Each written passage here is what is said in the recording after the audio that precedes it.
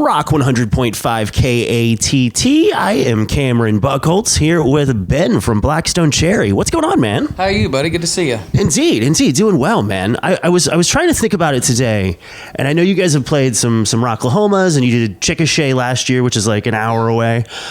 I can't remember the last time you guys played in Oklahoma City proper. It's been a minute. We were talking about it on the bus earlier. I know we have played this venue, but it was like 2008. Mm-hmm. It looked completely different then. Sure. So I walked in today, I was like, oh, wow, this is like a new place. But like you said, to play Oklahoma City proper has been, I mean, at least, I don't know, 10 years? Yeah. too long. We'll say that. It's been too long. I've been at the station for like 9 years, and I don't think it's been in that time. Yeah. So, but so good to have you back. Thank you. Glad to be back. And how often does that happen where you walk into a venue and you're like, I think I've played here before, but it's like it's in the back of your head, like, because with being a band for almost 20 years now, I'm sure that you're playing the same places a lot, I assume. We do, and a lot of times we'll look at the tour list and we'll go, oh, that's a sick venue, this is a cool venue, not psyched about that one, right. But you know what I mean? But we knew, like I said, we knew this was I remember the dance floor, the ballroom floor at this venue. I remember that, but I didn't remember a lot of the backstage stuff. And then when I walked in today, I was like trying to get my bearings again. But like I said, it's been since 2008. So yeah. But it happens sometimes, Sometimes venues will completely undergo a remodel, and then sometimes they just stay the same. So it is what it is. Now, when you say you're not psyched about one, when you're looking at the list, what is it about a venue that you guys don't like? Because I imagine at this point in your career, you're not playing too many shitholes or anything. Well, and there are some, and honestly, at the end of the day, we're just thankful to be on the road, But and we're not divas, you know what I mean? We don't require a lot, but there are some venues that like I tell you, the worst thing is when you get to a venue and the bus can't park there. Okay. You know what I mean? It could be the nicest venue, but for some reason it kills us when our bus can't be like on site, 'cause that's our little home, you know what I mean? That's our safety spot. So if you play like a certain city or something, or if you're playing downtown and the bus can't park, it's got to go away. It throws off the whole minutia of the day, because you got to get everything you need off the bus, and you just like having to pack up for the day, and you're like, oh, what do I need? Charger, this, show clothes, and again, that's all little stuff at the end of the day, but it's little stuff that adds up. Sure, yeah. I mean, when you're out on the road for 6 weeks, 2 months at a time, that stuff I'm sure matters a lot. Yeah. Now tell me about this Saint Asonia tour, this big the co-headline. Yeah, it's been something we've wanted to do for a long time. Of course, we've known Adam and those guys for several years, and we're under the same management company. So we've been talking about it for.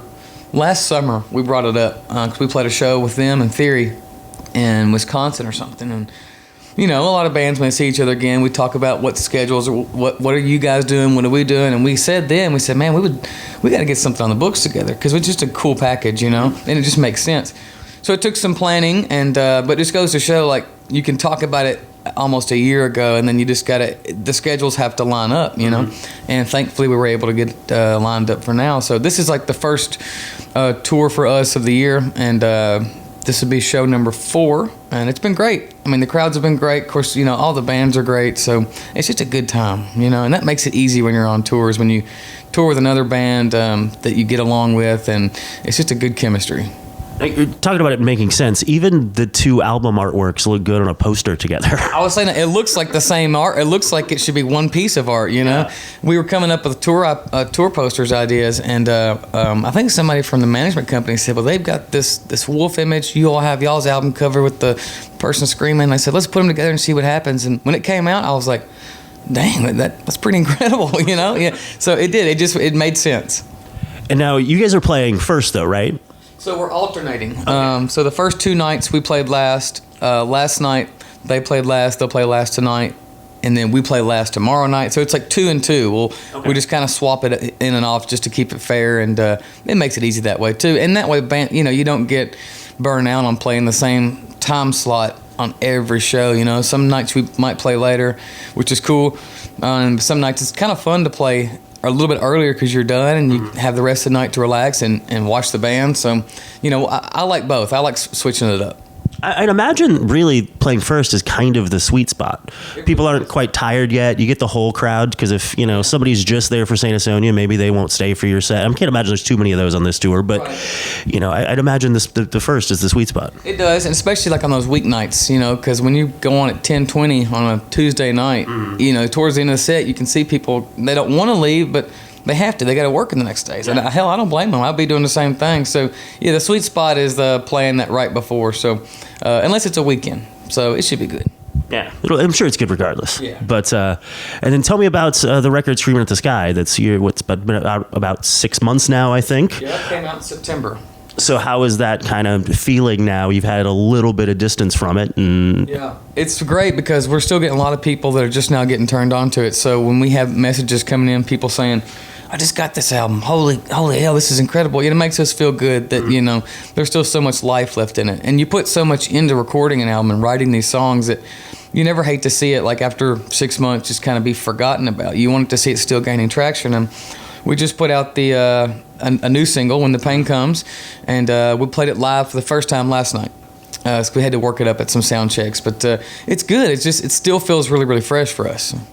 Yeah, I would imagine putting it out when you did the holiday season, probably you get that break, and now you get to come back out and be like, oh yeah, these are still like brand new songs, basically. Exactly. And now, looking back of the 20-year history of the band and all the records you guys have made, do you really have like what favorites or ones you don't like as much, or is it kind of always just the most recent is the favorite? I think every time you put out an album, you want it to be, the goal is to make it your favorite because you want it to be the best thing that you're doing, you know what I mean?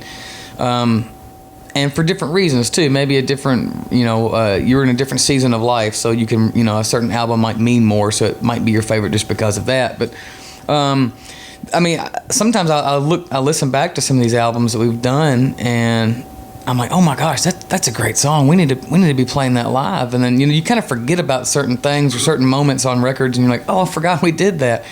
Which is a cool feeling too, though, because like I said, you never want to listen back to something and be like, yeah, I wish we hadn't have really put that out.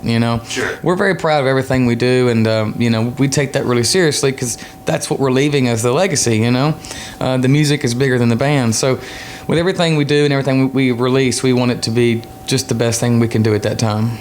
I imagine, especially at the time that you guys came out, there's probably a few bands that look back on some of their lyrics in 2007, 2008 that maybe they're not so happy with at this point. Yeah. I don't think you guys are one of them, but I'm sure there are some. Definitely have our own cringe moments. You know what I mean? I think probably for us, it's looking back at photos more so and going, "Oh my gosh, why? What were we doing? Thinking we were cool or something?" Those are pretty cringy. But it's all part of the thing. You look around some of these photos here at this venue today, and some bands that were like early 2000s photos, and you're like, that was the scene at the time. You just got to go with it. Yeah, there's the wall of headshots, and the one that sticks out to me always is the Disturbed one, because David still has the pantyhose on his face. Yeah, I was looking at that earlier, and I love Disturbed too, but I kind of giggled at it because I was like, but again, that was the sign of the times, I guess. I don't know. Sure, yeah. I mean, who knows? In 15 years, maybe we'll be looking at what we're doing now, going, what the hell are we doing? You know? Well, dude, I always appreciate the time, and super stoked for the show tonight. And thanks. Thank you, guys.